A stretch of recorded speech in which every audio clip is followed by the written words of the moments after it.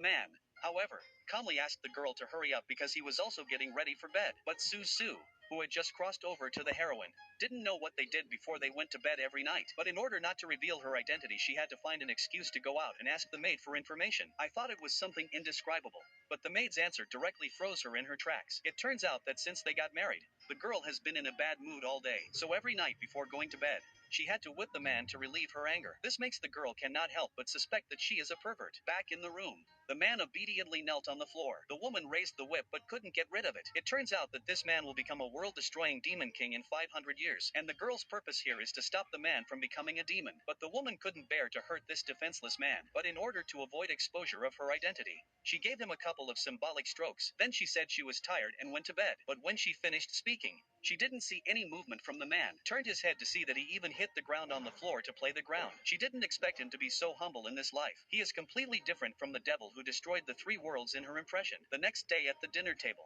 the girl couldn't see her husband, so she asked him, unexpectedly. The whole family cast a strange gaze. Even the girl meal also made a hint of silence, although she didn't know the reason. She didn't dare to ask any more questions for fear that her family would find out the truth that she wasn't a girl. Meanwhile, the man in the kitchen was just about to start the meal when the servant grabbed him and ordered him to wash the dishes before eating. She even put ice cubes in the basin to make things difficult for him. Although the man is the lady's husband, he's not even qualified to eat at the table. Plus, at the girl's behest, the servants take pleasure in bullying the man. Now the man's hands are red from freezing. The others are eating delicious food and still laughing at him. The man called for a fly because they were too noisy. The fly flew straight into the man's mouth. He was so disgusted. They were about to leave when they ran into a girl who was looking for the man. He couldn't wait to take credit from the woman. He was probably showing off how he bullied the man, hoping to be rewarded by the woman. Instead, the woman gave them a scolding. The men looked at each other in disbelief, although they don't understand why the girl is defending the man today. But they all kneeled down and begged for forgiveness. Although the girl was not happy with the subordinates, she was more angry with the men's weakness. What she doesn't realize is that without this food,